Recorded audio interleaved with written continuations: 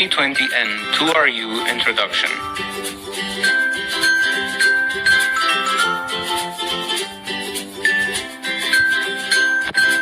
When unpacking the IP-20N 2RU, this is what you should find. On the right side of the chassis are the grounding connection and 4 holes through which to connect the chassis to the 19-inch rack. Use the holes on the top and bottom of the chassis. There are 4 more holes on the other side of the chassis. Make sure to use a total of 4 holes in each corner to connect the chassis to the rack.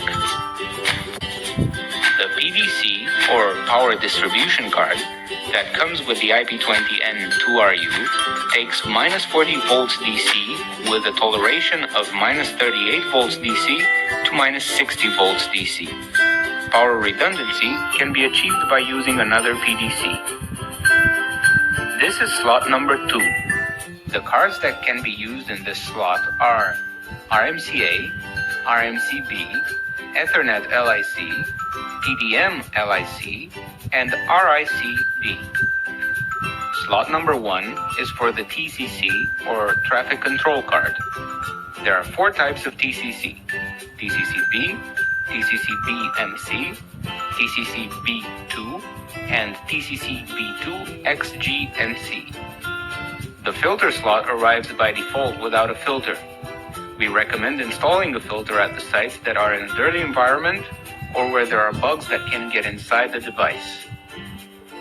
Slot number 3 can be populated with the following cards: RMCA, RMCB, RMCE, TDM LIC, and RICD. It cannot be populated with a TDM LIC or an RMCA when working with TCCB-MC or TCCB2XGMC. Slot number 4 can be populated with the same card types as slot number 3. Slot number 5 comes with a blank cover and can also be populated with the same card types as slot number 3. And slot 6 is identical to slot 5. A fan is supplied with the IP-20N chassis. Slots 7, 8, 9, and 10 are also identical to slot number 5.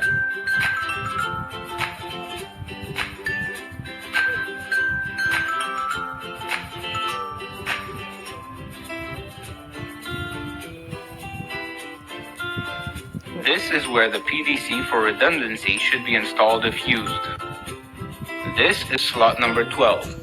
The cards that can be used in this slot are RMCA, RMCB, Ethernet LIC, TDM LIC, and RICD. Slot number 12 cannot be used for XPIC. This is slot number 11 for TCC redundancy if needed.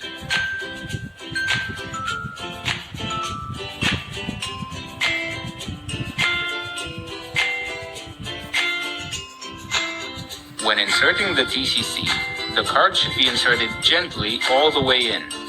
Then, the ejectors must be pushed in all the way so the card will be inserted properly. Then, use a flat screwdriver to gently tighten the screws. When inserting a TDM LIC card, make sure that there are no springs on the bottom of the card, as they may cause problems with the E1s and T1s.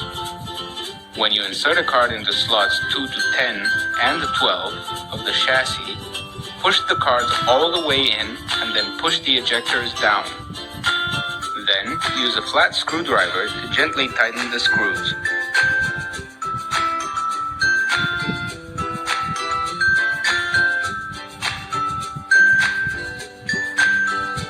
You can see that the card inserted in slot number 2 is an LIC-X E4 ELEC.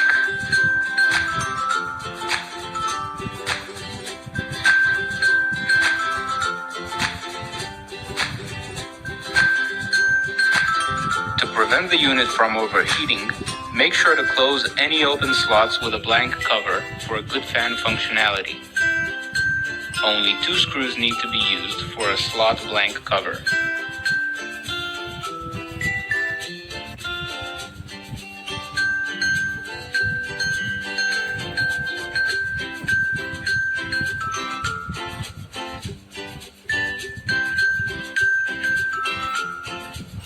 Here you can see that the card inserted in slot number 4 is an RMC-B.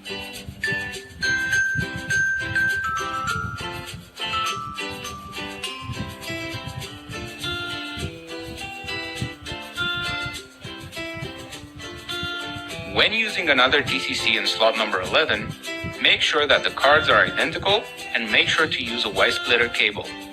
The reason why this cable must be used is that managing the unit remotely, if there is a management connection to only one TCC, there will be no connection and no management access in case of failure and switchover.